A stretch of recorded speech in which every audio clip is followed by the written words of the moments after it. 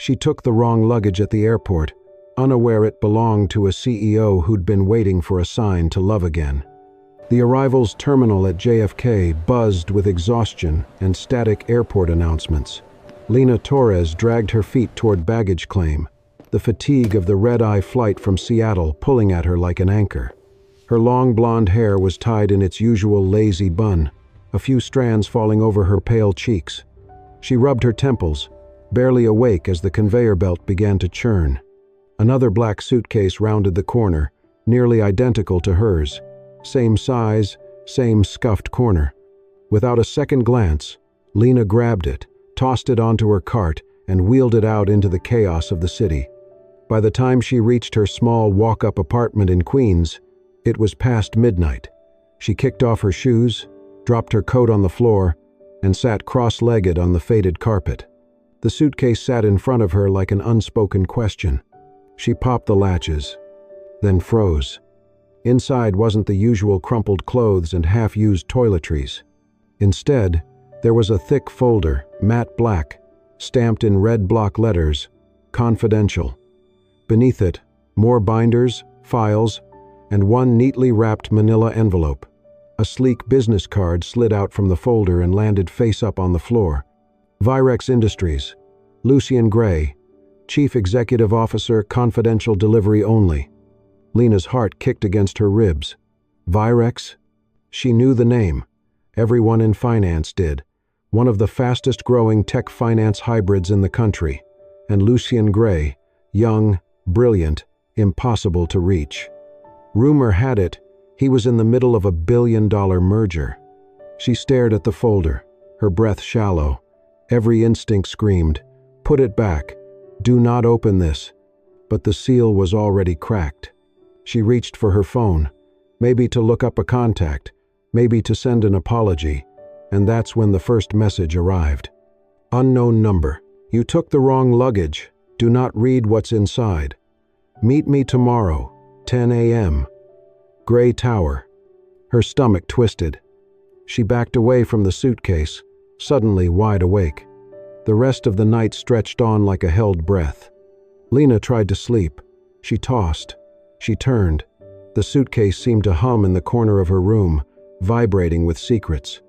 She stared at the ceiling, arms crossed over her chest, torn between panic and temptation.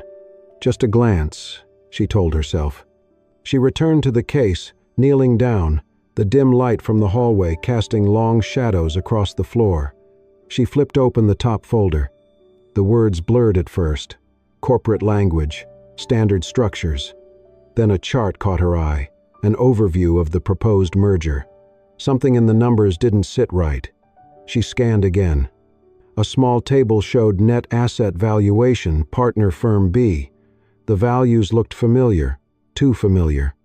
She pulled out her old laptop and opened a spreadsheet she hadn't touched in months, one she'd kept from her last job, right before everything fell apart.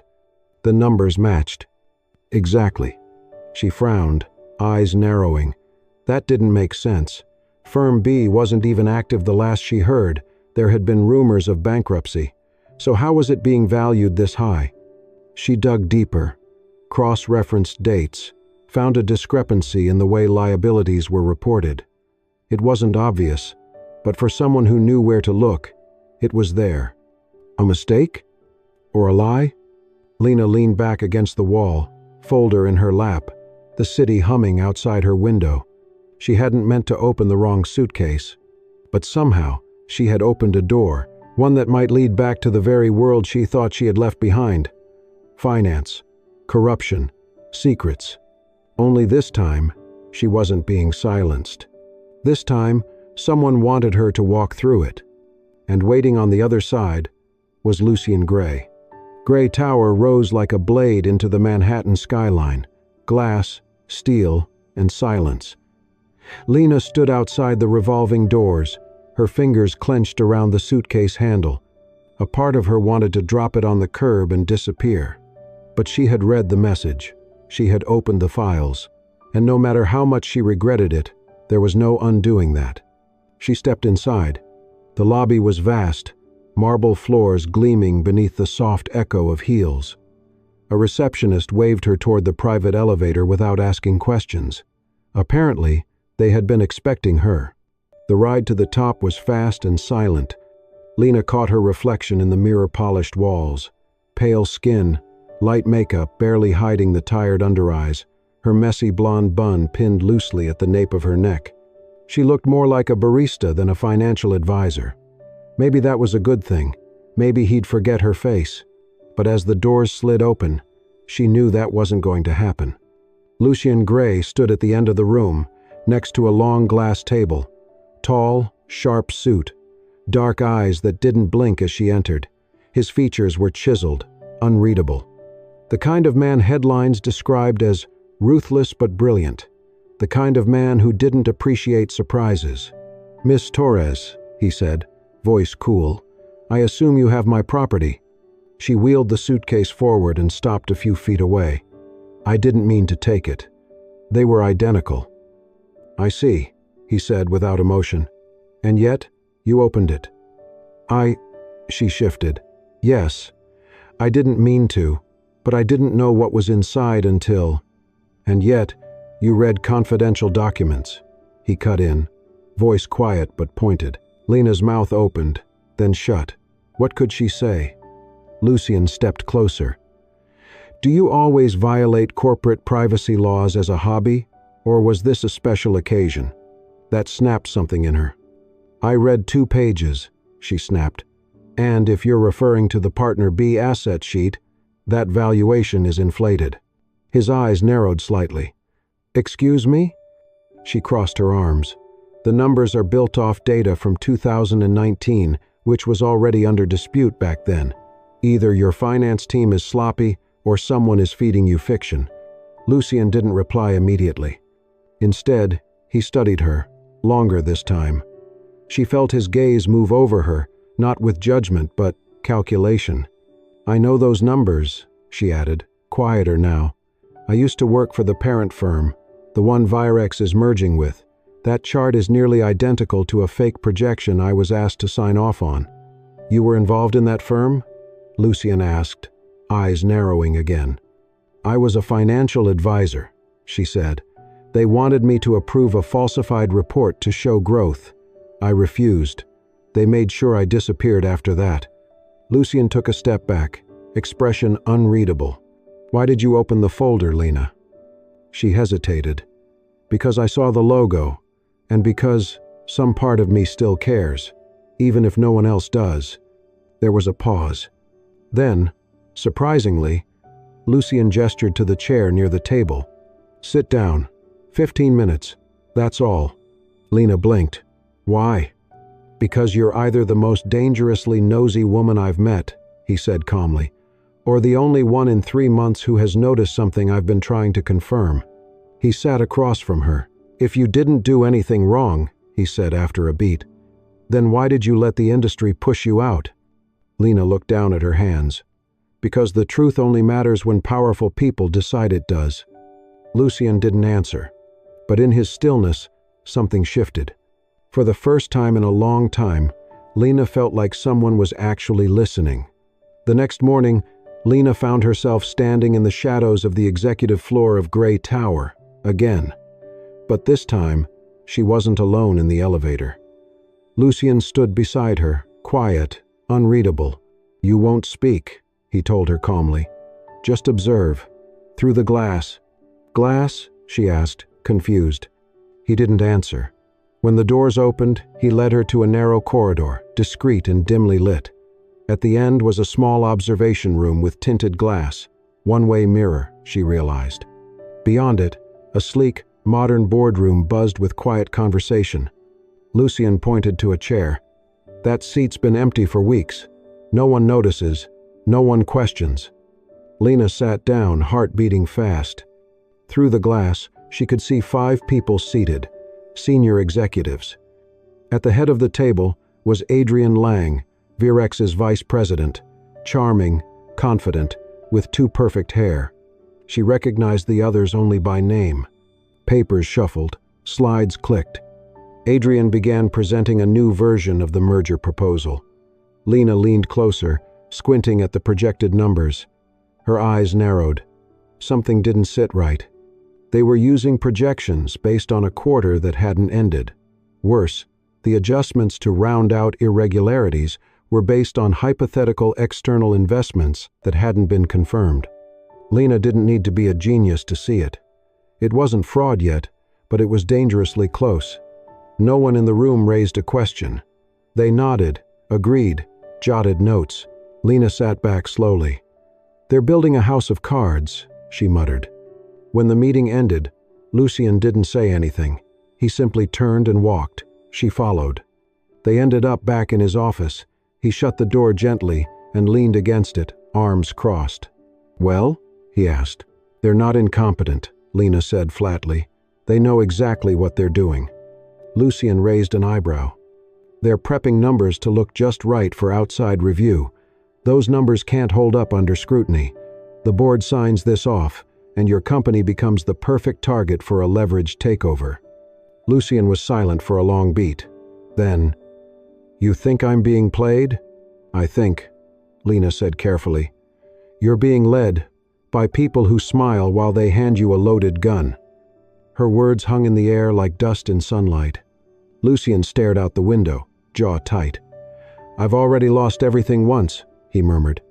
"I trusted the wrong people, took their advice, watched the company nearly burn to the ground." He turned to her. "And now, the only one who's telling me the truth is someone who walked in here because she picked up the wrong luggage." Lena didn't smile. She didn't flinch. "Maybe," she said. "The luggage wasn't wrong after all." Lucien nodded slowly. His voice dropped to a whisper. "Then it's time I find out who's really been packing it for me." And with that, Lucien Gray began watching his team with new eyes.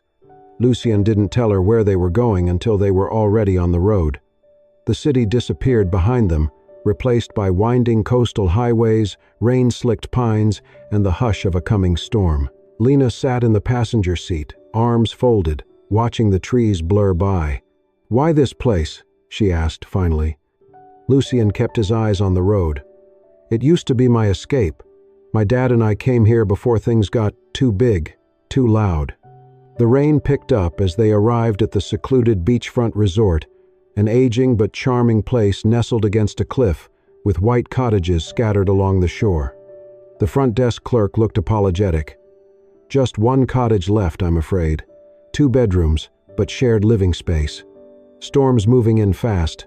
Most guests canceled, but we're locking down tonight." Lucien glanced at Lena. "We'll manage." Inside, the space was cozier than expected.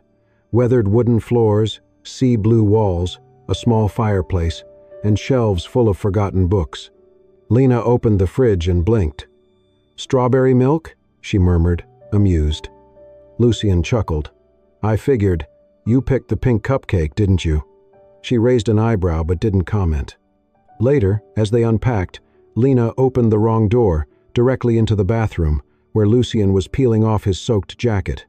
Both froze. "Sorry," she said quickly, spinning away. Lucien cleared his throat. "It's fine. Honest mistake." The air between them buzzed with the awkwardness of 2 people not used to sharing space. That evening, the power went out with a low hum and a flicker. The wind howled outside. Lucien lit a few candles, placing them around the living room. The glow turned their faces golden. They sat on the couch, a single blanket between them. Outside, the sea crashed and the windows rattled. "I used to love storms," Lena said softly. "When I was little, they made the world feel smaller, like everyone had to pause and just sit still for a minute." Lucien nodded. "I forgot what it felt like to sit still." There was a pause. Then, in the quiet, he asked, "Do you know what it's like to finally trust someone again after a very long time?" Lena glanced at him. Yes. She told him about the partner she once trusted, a man who called her his little sister until the day he threw her under the bus to protect a fraudulent report. Lucien shared about his mentor, once like family, who leaked Virex's earliest designs for personal gain. Their voices were low, almost reverent, as if they were handling old wounds that still ached. I built walls after that, Lucian admitted.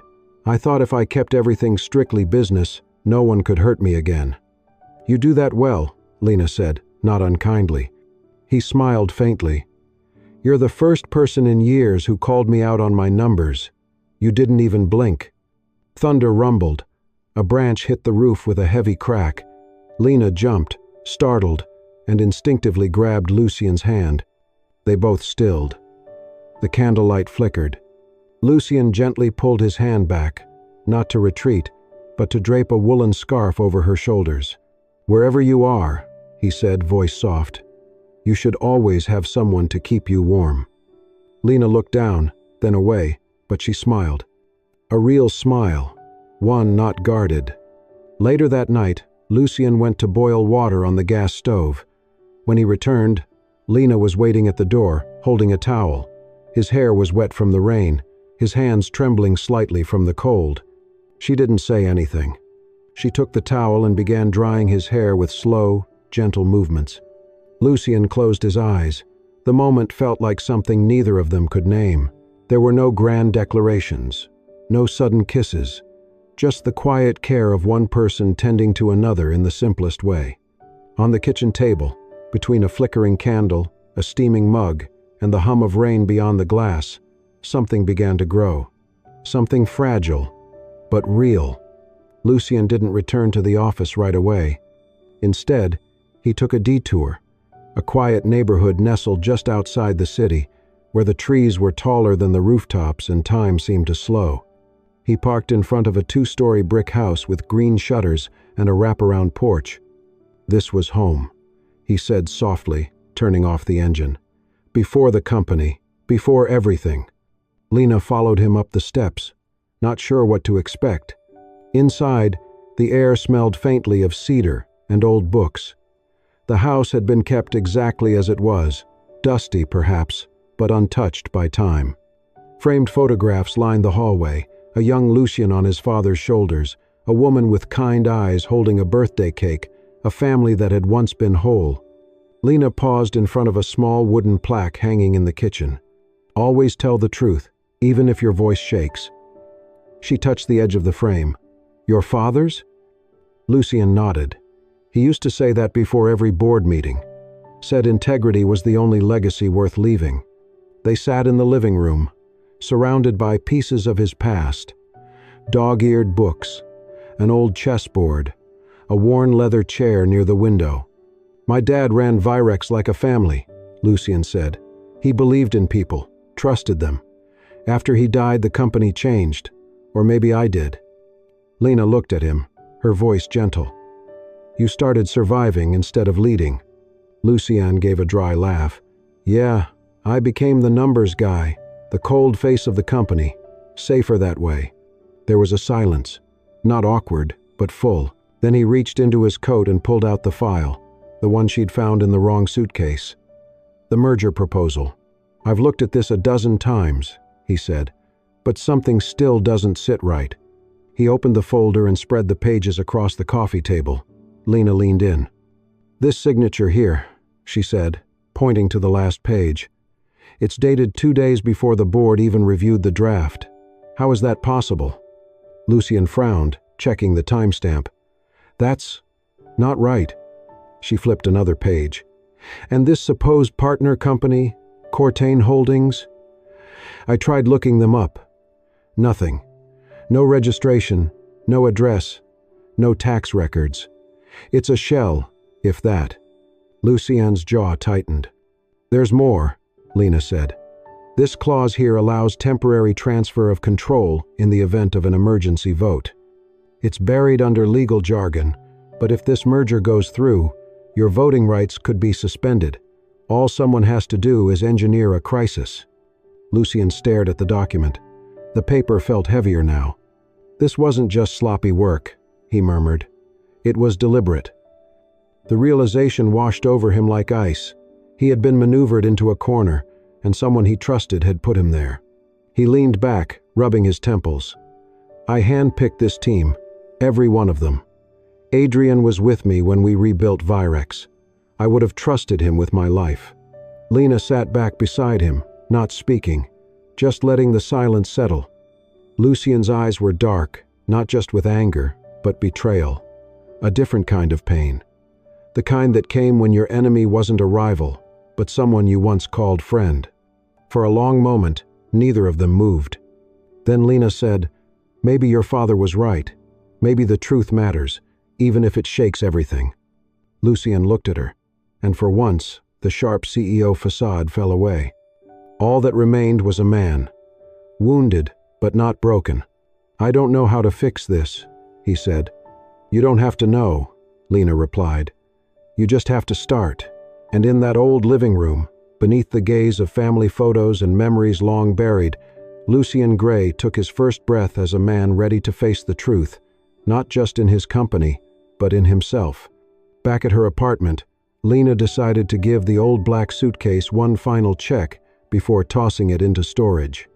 The thing had been a bizarre catalyst for the most unexpected week of her life, and somehow, it felt wrong to just close the lid and move on. She ran her hand through the inner lining and felt something. A hidden zipper. She tugged it open. Tucked deep inside was a small silver USB. No markings, no label. Lena stared at it, heart thudding.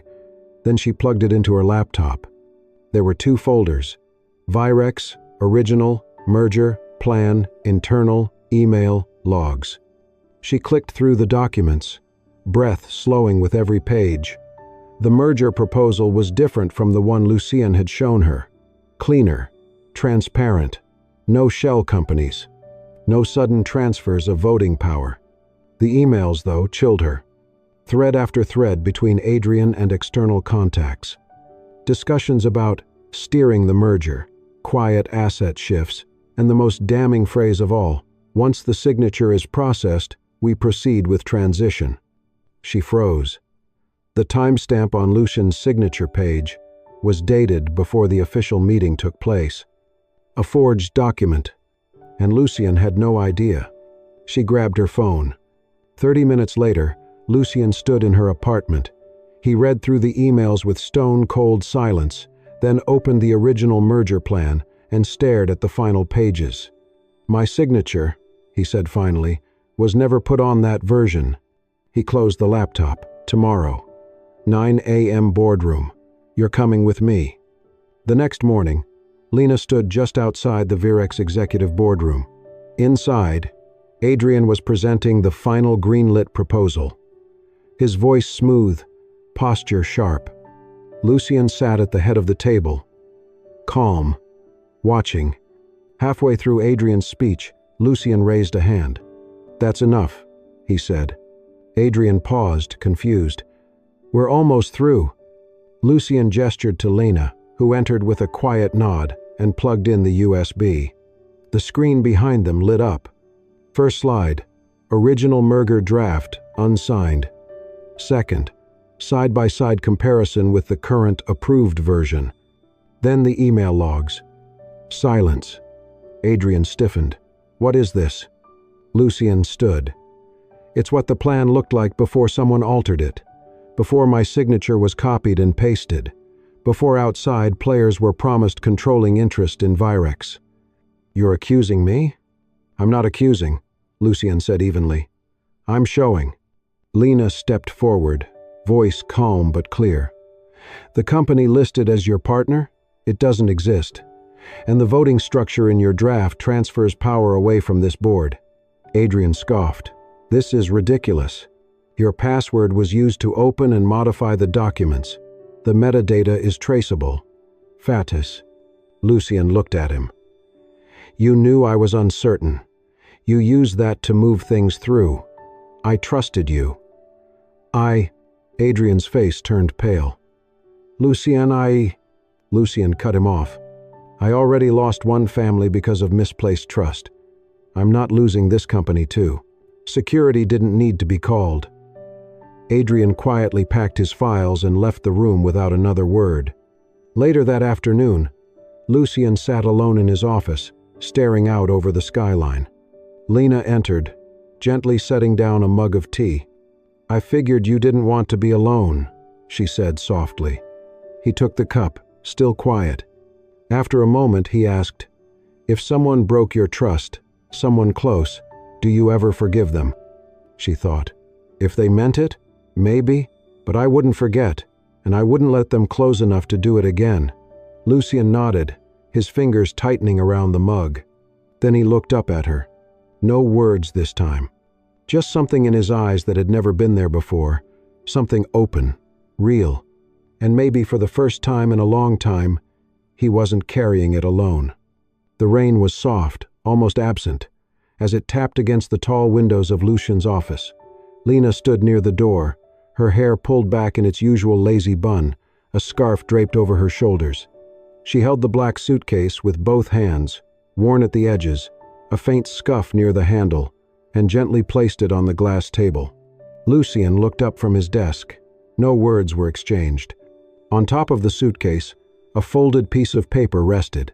He picked it up, opened it. Inside was one sentence, handwritten in neat, slanted script. I thought I just grabbed the wrong luggage. I didn't know I'd also pick up a life I never expected to live. He stared at it for a long moment. His jaw tightened, but he said nothing. No request for her to stay. No emotional plea. Lena gave him a soft nod, then turned and walked out, her coat swaying gently behind her. Rain trailed down the windows like memories. Lucien stood and walked to the glass, watching her disappear into the street, her yellow umbrella vanishing into the city crowd. 2 hours later, JFK Airport buzzed with noise. Announcements echoed through the terminals, travelers dragging wheeled bags behind them, some rushing, some dragging their feet. Lena sat quietly in gate 29, her new suitcase beside her. Sleek, unscuffed, nothing like the battered one she had returned. She had always wanted to visit Paris again. A clean break, a clean slate. She stared at the boarding pass in her hand, then slowly turned her eyes toward the crowd moving through the terminal. And for a moment, she hesitated. She pulled out her phone, opened a message window, typed 3 words, "I'm still here," then deleted them. She didn't want to be someone who sent a message and disappeared. Not again. The gate agent's voice crackled over the speaker. "Final boarding call for flight 848 to Paris. Final boarding." Lena inhaled deeply, tightened her grip on the suitcase handle. Her throat ached. She stood. 1 step. 2. Then, "Lena." She froze. The voice, familiar, urgent, breathless, cut through the crowd. She turned. Lucien. He was running, jacket half-buttoned, tie crooked, hair damp with sweat or rain, or both. In his arms was something oddly familiar, the old suitcase, the one she had returned, the one that changed everything. He reached her, panting, eyes locked on hers. He looked nothing like the calm, polished CEO she had met that first day. He looked like a man who had finally figured out what mattered, only to realize he might be too late. Lena dropped her sleek new suitcase and ran. They met in the middle of the terminal, breathless. But they didn't hug, didn't kiss, just stood inches apart, watching each other like the moment might shatter if touched too hard. Lucien's voice was low, raw. "You saved my company. You saved my name. I will always be grateful for that. But what scares me is that you'll think that's all I ever wanted from you." His fingers clenched the handle of her old suitcase. His shoulders rose and fell with each heavy breath. "I'm not asking you to stay for Virex. Or because you're right. I'm asking." He paused, searching her face. "Because for the first time in my life, I trust someone with everything I am. Not my business. Me." Lena blinked, and the tears came without warning, not out of pain, but because she knew, in her bones, that every word was real. She gave him a trembling smile and nodded. It wasn't a dramatic yes. It wasn't loud, but it was the loudest yes of her life. She stepped closer, gently laid her head against his chest. Lucien wrapped his arms around her, holding the suitcase between them like a relic of everything they had been through. Behind them, the gate closed. Flight 848 took off without her. But Lena didn't feel like she had missed anything. She had found where she was meant to be. Not Paris, not the past. Just here, with him. 1 year later, the front of the Virex headquarters gleamed under the spring sun, its sleek glass facade reflecting a brighter sky and a quieter kind of power. Beneath the familiar logo, a new line had been engraved in brushed silver. "Integrity is our foundation." On the top floor, the corner office once reserved for Lucian Gray had been transformed. The doors now stayed open. Light streamed through the tall windows, and laughter occasionally drifted into the hallway. The air was no longer heavy with formality. It felt lived in, human. At the long conference table, Lena sat beside Lucienne, her golden hair tied back in a loose, tidy ponytail. She wore a white button-up shirt, sleeves rolled just past her elbows, and scribbled notes in the margin of a budget report while sipping black coffee. Lucian leaned over her shoulder, reviewing the same page. His tie loosened, a quiet smile on his face. There was no plaque on her desk that said co-founder or chief strategy officer. Titles weren't necessary. Everyone at Virex knew who she was. They hadn't made a public statement about their relationship. No romantic press releases, no photos on social media. But inside these walls, they were a team. And more than that, they were proof that a company built on truth could actually survive, maybe even thrive. A soft knock at the door. Graham, the new intern, barely 19, tie slightly crooked, stood holding a printed spreadsheet. Excuse me, he said. "I think there's a discrepancy in Q2 payroll, but I'm not sure if it's me or the formula." Lena looked up, eyebrow raised. "Are you certain it's wrong?" Graham hesitated. "Not exactly, but I'm more afraid of staying quiet than being wrong."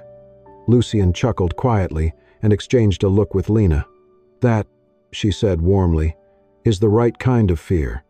Lucian nodded. "Come in. Let's take a look." Behind the intern, a poster near the break room read, "Here, truth doesn't cost you your job, it earns you your place."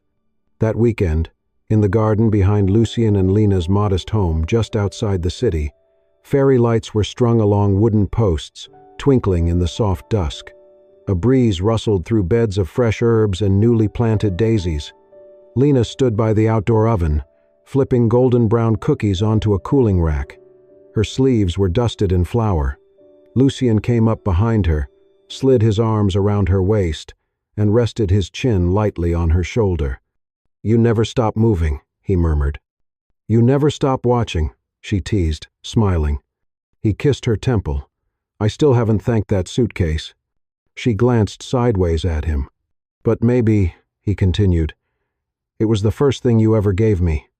Lena leaned into him, letting the silence speak more than any reply could. A few steps away, on the wooden railing of the porch, sat the old black suitcase. Its zippers no longer worked. One wheel had broken off entirely. But inside, there was no paperwork, no tangled secrets, only rich, dark soil and a small spray of white daisies in full bloom. A weathered tag hung from the handle. Someone, probably Lucian, had written on it in careful black ink, "Some wrong turns. Lead exactly where you need to be." As twilight faded into evening, the sounds of soft music, quiet laughter, and shared warmth filled the air. They didn't need to tell the world their story. They were living it. Thank you for joining us on this journey. From one wrong suitcase to the right kind of love, truth, and second chances. If this story stirred something in you, if it made you smile, hope, or believe a little more in the magic of unexpected moments, don't forget to hit that hype button and subscribe to Soul-Stirring Stories. We've got more heartwarming soul-deep tales coming your way, where every twist has meaning and every wrong turn just might lead you home.